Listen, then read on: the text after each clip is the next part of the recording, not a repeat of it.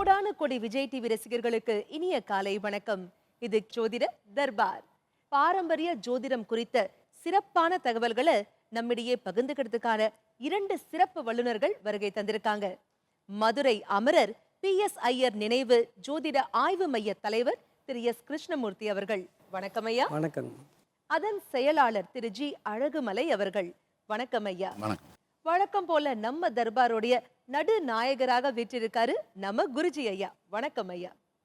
கிருஷ்ணமூர்த்தி ஐயா, எல்லாருமே பாத்தீங்கன்னாக்க காலையில இருந்து சாயங்காலம் வரைக்கும் ரொம்ப கடினமா உழைக்கிறாங்க இல்லைங்களா? ஆனா ஜாப் சாட்டிஸ்பாக்சன் அப்படிங்கிற ஒரு விஷயம் ஒரு சிலருக்கு மட்டுமே அமையுது. சில பேருக்கு பாத்தீங்கன்னாக்க அவங்கள விட தகுதியில ரொம்ப குறைவாக இருக்கிறவங்க எல்லாம் கடன்னு ப்ரமோஷன் வாங்கி மேலே ஏறி போயிட்டே இருப்பாங்க. அதை பார்க்கும்போது மனசுல ரொம்ப கஷ்டமா இருக்கு இல்லையா? இதற்கான காரணம் ஜோதிட ரீதியாக என்ன? அதாவது பொதுவாக எடுத்துக்கிட்டிங்கன்னா, தொழில் அப்படிங்கிறது தொழிலில் 10ஆம் இடத்தை தான் குறிக்கக்கூடிய இடம். அதே மாதிரி எடுத்துக்கிட்டிங்கன்னா, ஒரு தொழிலில் மென்மேலும் அவங்க உயரணும் அப்படின்னு கேட்டால் முதல்ல தனகாரகன் குரு நல்லா இருக்கணும். அதே மாதிரி ஜீவனகாரகன்னு சொல்லக்கூடிய சனி பகவான் நல்லா இருக்கணும். இவங்க நல்லா இருந்தால் தான் ஒரு தொழிலில் அவங்க நல்ல முயற்சி அடைய முடியும், பதவிகள் கிடைக்கும். பொதுவாக ஒரு ஜாதகத்தில் 10ஆம் இடம் அந்த இடத்துக்கு 1, 5, 9ங்கிறது திரிகோணஸ்தானங்கள். அந்த 10ஆம் இடத்துக்கு திரிகோணஸ்தானங்களில் குரு பகவான் பார்வைப்படும்போது அவங்க ஜாப்புக்கு போயிடுறாங்க. அதாவது கோச்சார நிலையில் வரக்கூடிய அமைப்புகள் தான். இந்த அமைப்பை வச்சு தான் அவங்க அந்த ஜாப்புகளுக்கு போகிறது கொள்வது எல்லாமே நடக்குது. அதே மாதிரி அரசாங்க வேலை கிடைக்கணும் அப்படின்னு எடுத்துக்கிட்டிங்கன்னா, சூரிய பகவான் அதான் அரசாங்க கிரகம். அந்த கிரகத்துக்கு 1, 5, 9ல் அந்த அதிபதிகள் சூரியனோட தொடர்பு கொள்ளும்போது அவங்க அரசாங்க வேலைக்கு போகிறாங்க. அதே மாதிரி பார்த்துக்கிட்டிங்கன்னா, இப்போ நீங்கள் ஏற்கனவே கேள்வி கேட்டீங்க, அவங்களுக்கு பதவி உயர்வு எப்போ கிடைக்கும் அப்படிங்கிறத கேட்டீங்க. அதை பார்த்திங்கன்னா, சனி பகவானும் சுக்கிர பகவானும் இவர்களை குரு பார்க்கும்போது அவங்களுக்கு பதவி உயர்வு கிடைக்குது. இதுதான் உண்மை. இது அதாவது ஒருவர் பிறக்கும்போது அந்த பிறந்த கால கோச்சார நிலைமைன்னு சொல்லப்படுகிற ஜாதக அமைப்பின்படி சனியும் சுக்கிரனும் ஒருவருடைய ஜாதகத்தில் எந்த இடத்துல இருக்கிறாரோ அந்த இடத்திற்கு இன்றைய காலகட்டமான இன்றைக்கு நிலைமையான கோச்சாரத்தில் குரு பகவானோட இடத்துல உட்காந்து அவருடைய பிறந்த ஜாதகப்படி சுக்கிரனும் சனியும் இருக்கிற இடத்தை பார்த்தால், ஒரு சேர பார்த்தால் அவருக்கு பதவி உயர்வு கிடைக்கின்றது உறுதியாக கிடைச்சிக்கிட்டு இருக்கு. இதுதான் உண்மை.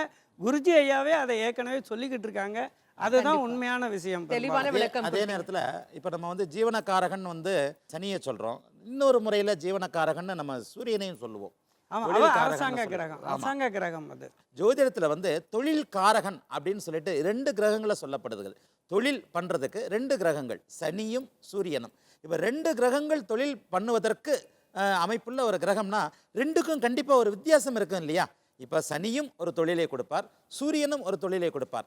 சனியும் சூரியனும் தொழிலுக்கும் வேலைக்கும் அதிபதி என்கின்ற நிலைமையில் சனி தருகின்ற தொழில் அமைப்புகள் என்ன, சூரியன் தருகின்ற தொழில் அமைப்புகள் என்ன அப்படின்ற நுணுக்கமான வித்தியாசங்களை நீங்கள் உள்ளே புகுந்து பார்க்க போவீர்களே. ஆனால் சனி பகவான் வேலைக்காரர்களை உருவாக்குவார், சூரியன் முதலாளியை உருவாக்குவார்.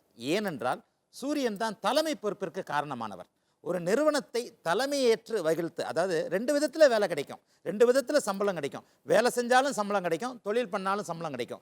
நீங்கள் வேலை செய்ய போகிறீங்களா தொழில் பண்ண போகிறீங்களான்றது இந்த 2 கிரகமும் வேறுபடுத்தி சொல்லும். ஒருவருடைய ஜாதகத்தில் சனி பகவான் பாபத்துவமாகி சுபவலு இல்லாமல் பாப சம்பந்தம் பெற்று இருக்கும்போது அவர் வாழ்நாள் முழுக்க வேலைக்காரனாகவே இருப்பார். சரி, இதை ஏதாவது வலுப்படுத்திக்கிறதுக்கான வழிகள் இருக்கா? ஆமாம். அடுத்து அதாவது வழிகள் இருக்கான்ற கேள்வியே தப்பு. அனைத்து வழிகளும் ஜோதிடத்தில் சொல்லப்பட்டிருக்கிறது. நமக்கு வேணால் அது தெரியாமல் இருக்கலாம். ஞானிகள் சில நேரங்களில் இப்போ நான் சொன்ன மாதிரி ஒருவர் வேலைக்காரனாகவே இருக்கிறதுக்கு விதிக்கப்பட்டவர் சனி பகவான் என்றால், அடுத்து அவர் முதலாளியாக இருக்கிறதுக்கு விதிக்கப்பட்டவர் சூரியன். சூரியன் என்பவர் தலைமை தாங்கும் அமைப்பில் ஒரு அரச கிரகமாக சொல்லப்படுகிறார். ஒரு சின்ன அலுவலகமாக இருந்தாலும் இப்போ அரசன் என்பவன் தலைமை தாங்குபவனை தான் நம்ம வேறு வகையில் அரசன்னு சொல்கிறோம். ஒரு நாட்டிற்கு தலைமை தாங்குபவன் அரசன், ஒரு வீட்டிற்கு தலைமை தாங்குபவன் குடும்ப தலைவன்.